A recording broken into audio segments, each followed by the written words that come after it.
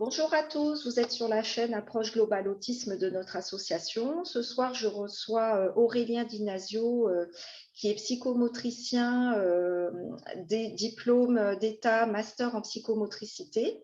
Il est spécialisé en intégration sensorielle et expert HAS pour la psychomotricité lors des recommandations HAS 2017, quatrième plan autiste.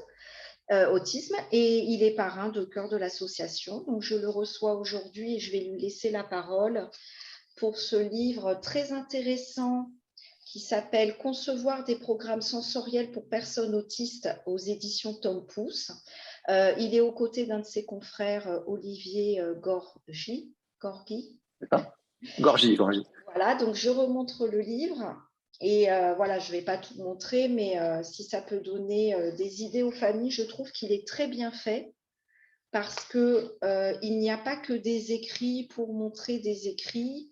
Il y a des photos, il y a des visuels avec des schémas. Il y a vraiment, il est très bien argumenté.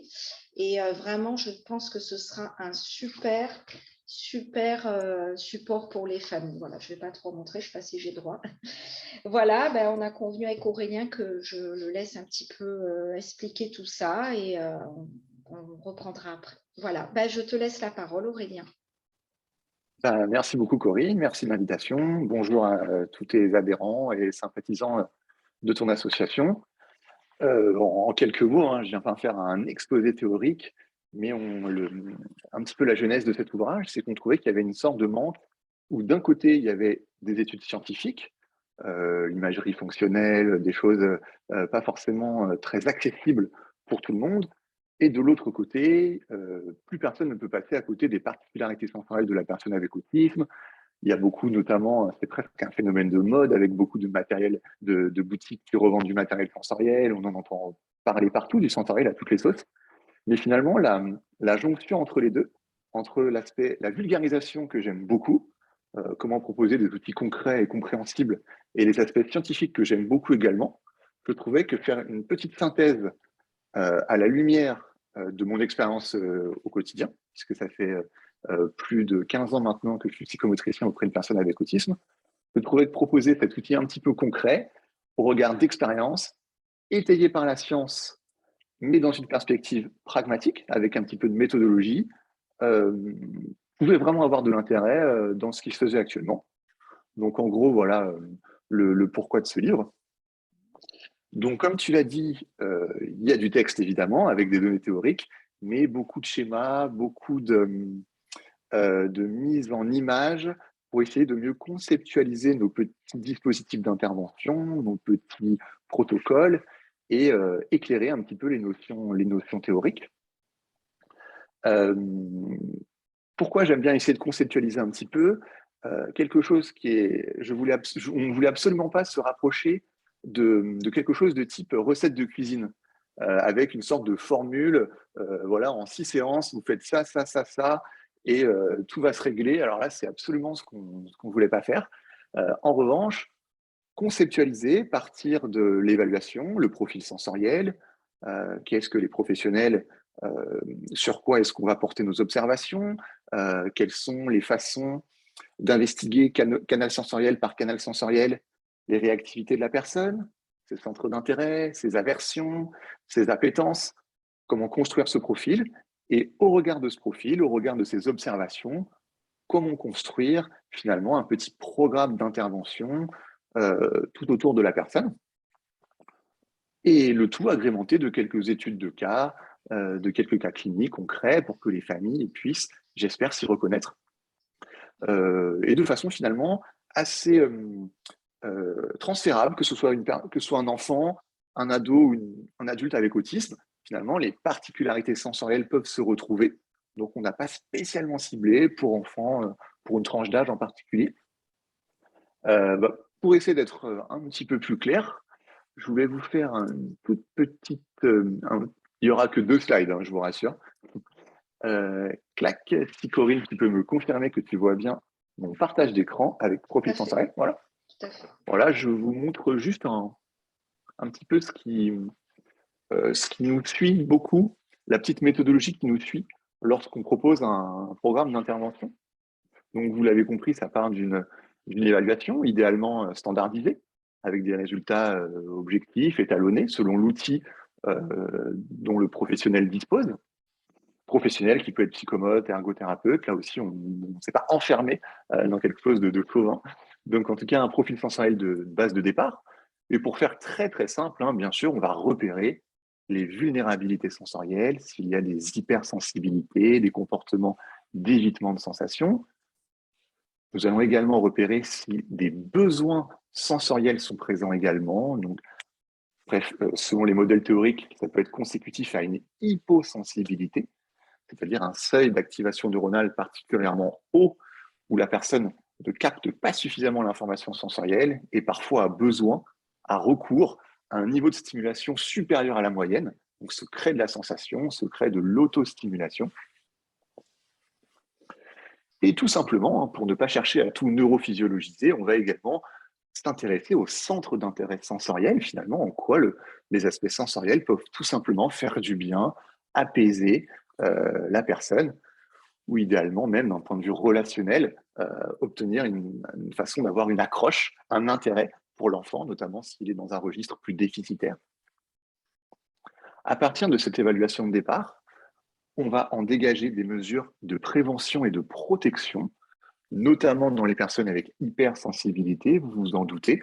Et donc, ces mesures de protection, on va les décliner au niveau de la personne.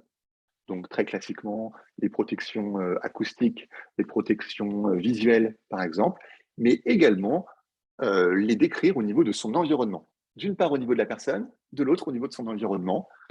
C'est des choses très simples, hein, éviter de le toucher s'il a une hypersensibilité tactile, le prévenir, anticiper, en tout cas tout ce qui va, toute la constellation autour de la personne, comment est-ce qu'on peut le protéger et anticiper pour qu'il soit moins soumis à ce bombardement sensoriel au quotidien qu'il a du mal à traiter. Donc, on décrit des mesures de protection au niveau de la personne, au niveau de l'environnement. Petite question bête, est-ce qu'il existe Avec plaisir. dans votre corps de métier ou sur quelque chose de... J'ai pas regardé encore, mais est-ce que c'est trouvable? Est-ce que ça existe déjà un support pour que les familles puissent remplir, pour par exemple un professionnel comme toi, un questionnaire type afin que tous les intervenants de la personne soient au courant de ses particularités? Est-ce que ça existe? Est-ce qu'il y a des supports trouvables, tu penses? Ah oui, oui, on a fait un petit recensement des outils qui existent. Donc, D'accord. profil sensoriel 1, profil sensoriel 2, il y a différentes échelles comme l'ESA, l'EPSA, profil sensoriel pour adultes, il y a des grilles, le profil sensoriel et perceptif de Bogdachina. Donc, on en a fait, comme c'est assez long à décrire, on en a fait une synthèse, comme une sorte de mind mapping, une petite carte mentale, tac, tac, tac, avec tous D'accord. les outils qui existent. Comme ça, c'est assez simple de se repérer avec ça. D'accord, ok. Merci. Pas de problème, avec plaisir. J'en étais aux mesures ce qu'on a appelé les mesures de renforcement sensoriel, puisque vous voyez que les mesures de prévention et de protection peuvent s'appliquer à tout l'entourage de la personne, professionnels, éducateurs, accompagnants, soignants, parents. Les mesures de protection, de renforcement sensoriel, pardon, sera notamment l'affaire du professionnel. En cas d'hypersensibilité, on va se poser la question dans quelle mesure une habituation progressive peut être envisagée. Bien sûr, si la personne est hypersensible au niveau auditif et qu'elle va très bien avec une petite protection acoustique, on ne va pas forcément chercher à tous les jours l'exposer à des stimuli sonores pour qu'elle se désensibilise, hein. Parfois, c'est un petit peu brutal et ce n'est pas forcément source de résultats encourageants. En revanche, notamment pour des aspects tactiles ou vestibulaires, quelles sont nos propositions, dispositifs qu'on peut mettre en place en séance pour tenter de réhabituer la personne progressivement, avec bienveillance et anticipation, aux stimuli auxquels elle est plus sensible. On va se poser la question dans cette petite rubrique mesure de renforcement. Et dans le cas de personnes où les sensations seraient un besoin, une nécessité, quelles sont les propositions sensorielles qu'on va pouvoir intégrer dans les routines de la personne? Si la personne se balance beaucoup, si elle est sans cesse en recherche proprioceptive ou vestibulaire de mouvements, de contractions musculaires, de balancement de tête, de manipulation d'objets, de recherche de stimuli visuels. Vous voyez, eh bien, si c'est ça qui l'apaise, si c'est ça qui lui fait du bien, dès lors que ce n'est pas envahissant au point de pénaliser cet apprentissage ou ses interactions avec autrui, comment ponctuer ces routines journalières par ces petites recharges sensorielles, nécessités sensorielles, ce qu'on a inclus dans les mesures de renforcement. Et si possible, si c'est un petit protocole auquel on peut former un petit peu les parents, le montrer en séance, pour qu'ils puissent s'en saisir à la maison, pas de souci. Donc on a donné quelques exemples de ces protocoles. J'en suis à ma troisième et j'ai presque fini troisième rubrique, ce sont les mesures d'apaisement, où là on va se saisir des centres d'intérêt que nous avons repérés lors du profil sensoriel pour finalement les inclure là aussi de façon journalière auprès de la personne, mais dans un objectif d'apaisement, de retour au calme, de bien-être. C'est là où peuvent s'y glisser, par exemple, les accessoires lestés, les couvertures lestées, la manipulation, les rocking chairs, les balancements légers, rythmés et prévisibles. C'est-à-dire qu'on peut se servir du sensoriel à la fois dans une perspective fonctionnelle, je m'en sers pour canaliser son attention, diminuer son hypersensibilité, par exemple, mais aussi dans quelque chose de bien-être et d'apaisement pour pouvoir mieux appréhender sa journée. C'est là où on va proposer, par exemple, j'en viens, dernière rubrique, enfin, les mesures de structuration de l'environnement. Là, c'est là où on va généraliser ce qu'on a repéré, nos petites astuces, au niveau de protection, de renforcement, d'apaisement. Comment est-ce qu'on peut les généraliser à l'environnement de la personne? Est-ce qu'on met des paravents au moment du repas pour qu'il soit moins dérangé par les stimulations visuelles? Est-ce qu'on propose à l'enfant un ballon-chaise pour qu'il puisse discrètement satisfaire son appétence au mouvement, à la sensorialité vestibulaire et proprioceptive pour maintenir un petit peu plus d'attention? Est-ce qu'on propose des time-out dans la journée, des moments, des hypostimulants sans la surcharge sensorielle du quotidien? Est-ce qu'on propose un espace de retrait à certains moments clés de la journée pour que la personne puisse se recharger au niveau attentionnel, par exemple? Donc, comment est-ce qu'on structure l'environnement au regard de ces observations sensorielles? Je finirai avec, je saupoudre également par un petit peu de psychoéducation. Ça, je trouve que c'est fondamental, car vous avez compris qu'on ne vise pas finalement, on ne tend pas vers une guérison, bien sûr, des particularités de la personne avec autisme. Ainsi, ne visant pas une guérison, ne visant pas une formule magique, la clé passe également par la sensibilisation de l'entourage.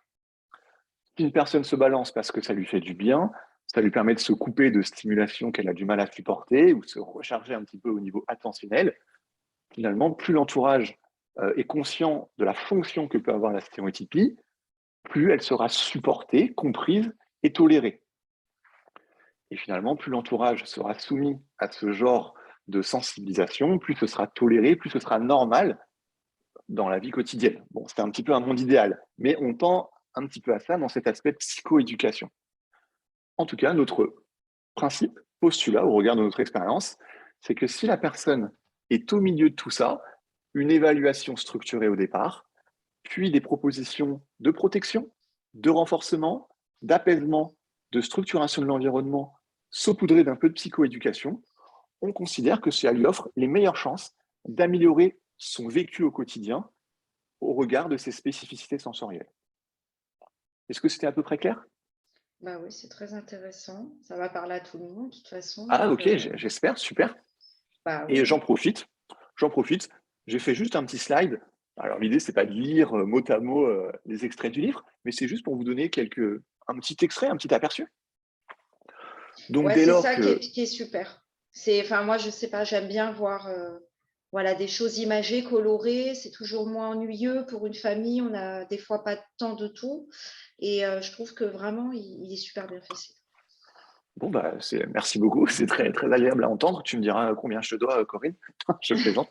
En tout cas, donc dès qu'on rentre dans le dur, dans la neurophysiologie, des systèmes sensoriels et tout, dès que c'était possible, on a tenté de proposer des illustrations. Même sur les principes un petit peu physiologiques, il y a toujours moyen de mettre ça de façon schématique, mais toujours avec les références bibliographiques pour ceux qui veulent aller creuser davantage, bien sûr. On a repris, bien sûr, pour chaque système sensoriel, les comportements, les marqueurs un petit peu qui peuvent mettre sur la voie d'hyper ou d'hyposensibilité. On ne veut pas non plus réduire les aspects sensoriels aux hyper et aux hypos. Il y a de multitudes de spécificités sensorielles et de particularités. Et là, c'était vraiment pour être un petit peu dans quelque chose de, on va dire, concret et opérationnel. C'est bien parce Mais que les... ça peut même aider des personnes autistes qui sont en cours de diag là. Ah oui, oui, très probablement. Enfin, les personnes pourraient se reconnaître ou pas et se noter, Ah, enfin, je se pense. reconnaître dans un profil. Parce que des fois, tu sais, tu as une manière d'être et tu te rends pas compte qu'elle fait partie, par exemple, d'un trouble lié à l'autisme. Par exemple, une fois, j'ai parlé avec la personne qui m'avait fait un bilan pour moi et je lui avais dit un truc qui me paraissait banal et elle fait non, non, ça c'était bien et tout, il faut que je note. Et en fait, je pense que des fois, c'est bien d'avoir ce genre de support parce que peut-être autant il y a des parents qui vont se retrouver et ça peut aiguiller pour des supposés diagnostics. Je trouve que c'est super bien fait. Ah oui, oui, d'ailleurs, pour l'anecdote, c'est pas rare que lorsque je réalise un profil sensoriel d'un enfant, je Mhm. pose des questions ciblées. Des fois, c'est les parents qui répondent à moi aussi j'ai ça, moi aussi j'ai ça. Bah C'est oui, vraiment pas oui, rare, oui, hein. tout à fait. Je veux dire, dès l'instant qu'on a un enfant autiste, on peut être tout à fait adapté à se poser des questions pour soi-même. Ah oui, oui, ça questionne Euh, clairement le terrain héréditaire, bien sûr. et puis peut-être qu'en aidant les enfants, tu donnes des astuces aussi aux parents concernés, du coup, donc c'est bien. Par la même occasion, alors, c'est juste des petits extraits hein, là, que j'ai mis. Euh, des petites infographies, on pourrait dire, qui peuvent également être bien utiles dans le cadre d'une équipe pluridisciplinaire, de l'école peut-être. Bien sûr. Les petits conseils pour éviter les éléments qui peuvent mener à une surcharge sensorielle, par exemple. Qu'est-ce que je vous ai mis d'autre? Oui, j'ai beaucoup publié sur les autostimulations et les stéréotypies. Donc, je présente les grandes lignes de la revue de la littérature et c'est ce petit arbre décisionnel qui permet de remonter jusqu'à la fonction que peut avoir une autostimulation. Donc ça, je l'utilise moi avec les parents quand ils me parlent d'une autostimulation. J'essaie de remonter cet arbre décisionnel, souvent pour le relier à une fonction. C'est pas quelque chose à éteindre, bien sûr, selon les contextes, mais ça peut être intéressant parce que ça va indiquer euh, finalement ça va nous révéler vers quoi est-ce qu'il faut peut-être porter son attention. Et c'est Si c'est très une bien il d'avoir a... parlé de la douleur parce que peut-être, ouais. enfin, je ne dis pas que tous les parents n'ont pas les bonnes infos, je dis juste que des fois, derrière un comportemental, il peut y avoir une douleur et certains parents, comme certains médecins, ne pensent pas à ces choses-là et c'est très bien de le rappeler. Ah oui, parce que maintenant, on est passé dans une phase, on sait que les autostimulations sont nécessaires pour les personnes avec autisme, mais c'est pas pour autant qu'il faut arrêter de s'interroger sur la fonction qu'elle peut avoir, Bien a sûr. fortiori chez les personnes non parlantes, qui ne peuvent pas s'exprimer clairement là-dessus, et ça peut aiguiller sur une investigation médicale, mais ça peut aussi aiguiller sur une précaution plus de l'ordre éducatif pour diminuer par exemple les temps d'inoccupation qui peuvent faire ressurgir les temps qui ne sont pas structurés, qui ne sont pas prévisibles, qui peuvent majorer les autostimulations, Mm. ou ça peut rediriger vers des aspects plutôt neurophysiologiques, purement sensoriels, de bien-être, euh, par exemple. Donc on peut Mm, comme ça mm, mm. suivre cette petite arbre décisionnelle. Et sans Donc j'ai faire été avec de, du texte. pardon, excuse-moi, j'avais un décalage. Oh, Et sans aucun faire de problème. généralité, par exemple, c'est pour donner un exemple ou deux aux familles. Par exemple, sans faire de généralité, il y a des personnes autistes qui peuvent se faire des coups vers le crâne et l'oreille. Bah, par exemple, il y a des médecins qui pourraient se dire, bon, bah, il se tape le crâne, c'est une personne autiste, au revoir et bonne journée, madame. Alors que Gia Saravan va plutôt dire, ah non, moi, je vois quelqu'un faire ça, je ne vais pas forcément me dire c'est son autisme, mais je vais penser à est-ce qu'il n'a pas une otite ou un abcès dentaire. Comme il nous avait montré, des fois, il y a des personnes qui se tapent un peu le sternum, par exemple, ça peut être une habitude de la personne. Bah, lui, il va dire peut-être que la personne, elle a un reflux gastro-œsophagien qui est quand même très acide et très accommodant pour la personne. Et du coup, c'est pas qu'une personne fait un geste qu'il n'a pas une douleur derrière. Donc, c'est bien que tu l'aies mis. Ouais, En ouais, tout cas, franchement, tu sais que c'est aussi l'objet de mon association, donc c'est ah très bah clairement, important. ouais. Ouais, ouais. Ça pose la question vraiment du diagnostic, enfin diagnostic entre guillemets, en tout cas du S'il y en questionnement a, voilà. différentiel. Voilà. Mais c'est vraiment ce questionnement différentiel, je le trouve passionnant et on a tourné pas mal autour de ça. Il fait du bruit. Est-ce que c'est parce qu'il a mal? Est-ce que c'est parce qu'il est douloureux? Mais est-ce que c'est parce qu'il veut se créer de la sensation? Mais est-ce que ça peut aussi être parce qu'il veut se protéger d'une stimulation auditive non maîtrisée, mais qu'il n'apprécie pas? Vous voyez, un comportement, par le prisme du sensoriel, peut ouvrir la réflexion à une multitude d'armes différentielles. Je continue un tout petit peu mon déroulé, j'ai presque fini. On s'est penché aussi sur les accessoires lestés, parce que c'est très à la mode, tout le monde vend les couvertures, les gilets de compression, les gilets lestés. Mais comment structurer un petit peu ces propositions. Donc là, on a tenté aussi d'illustrer par des protocoles à la lumière de la littérature, avec ce qu'on sait, mais également ce qui est encore flou, parce que c'est le cas. Hein.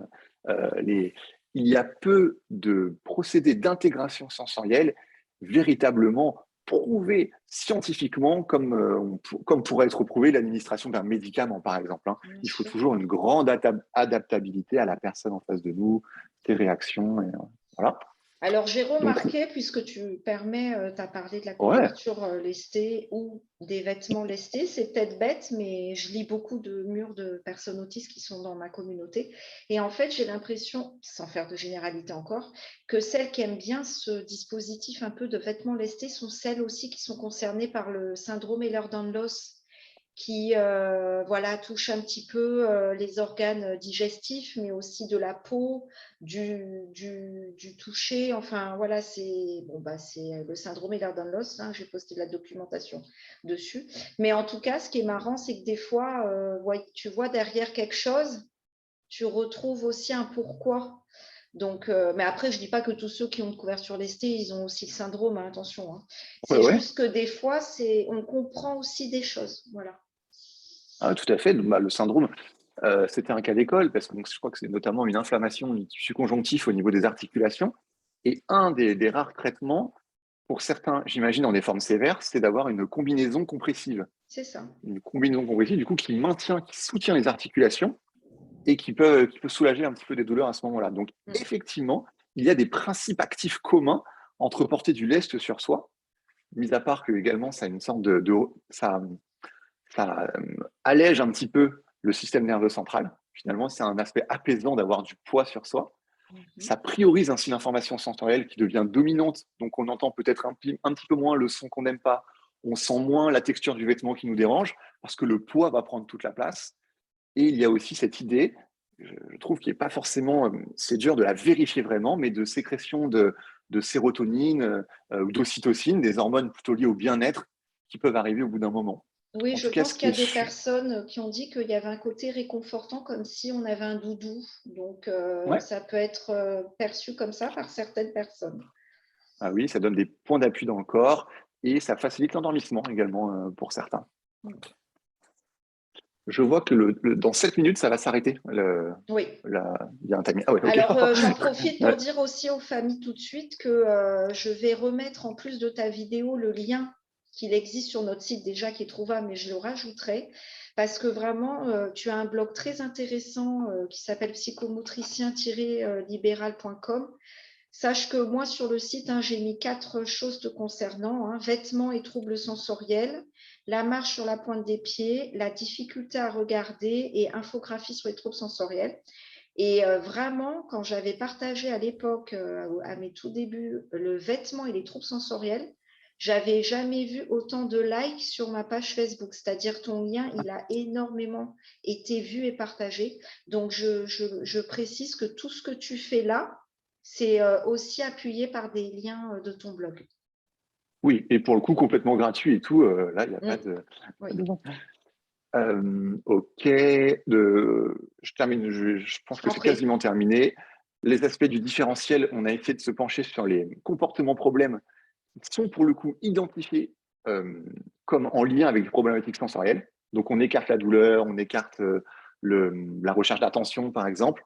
Comment essayer de substituer une autostimulation envahissante par quelque chose d'autre, notamment si ça atteint l'intégrité physique de la personne, ça peut être un vrai problème. Donc comment se servir du sensoriel pour libérer des troubles sensoriels finalement. On a mis quelques exemples de fiches de programme type pour un éducateur, un soignant qui veut tenter de rentrer un petit peu dans les cases pour structurer son intervention. Cette infographie, elle est pas mal puisque je l'avais fait à l'époque, ça avait été publié par les CRA, le bon fameux bonhomme hypersensible, où par rapport à une hypersensibilité, quels sont tous les moyens de protection sens par sens et quels sont les moyens d'habituation progressive, si tant est que ça peut avoir une forme d'utilité pour la personne. En tout cas, on a tenté de les résumer sur Ouais, une bah, je seule pourrais la image. partager sur le site si tu veux bien me l'envoyer, cette image. Ça marche. Merci.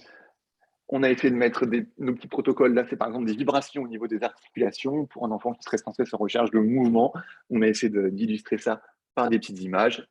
Et ben voilà, j'ai fini avec le visuel du livre pour faire cette petite présentation assez brève, mais vu qu'il n'y a plus que 4 minutes, je pense que c'est le moment de conclure.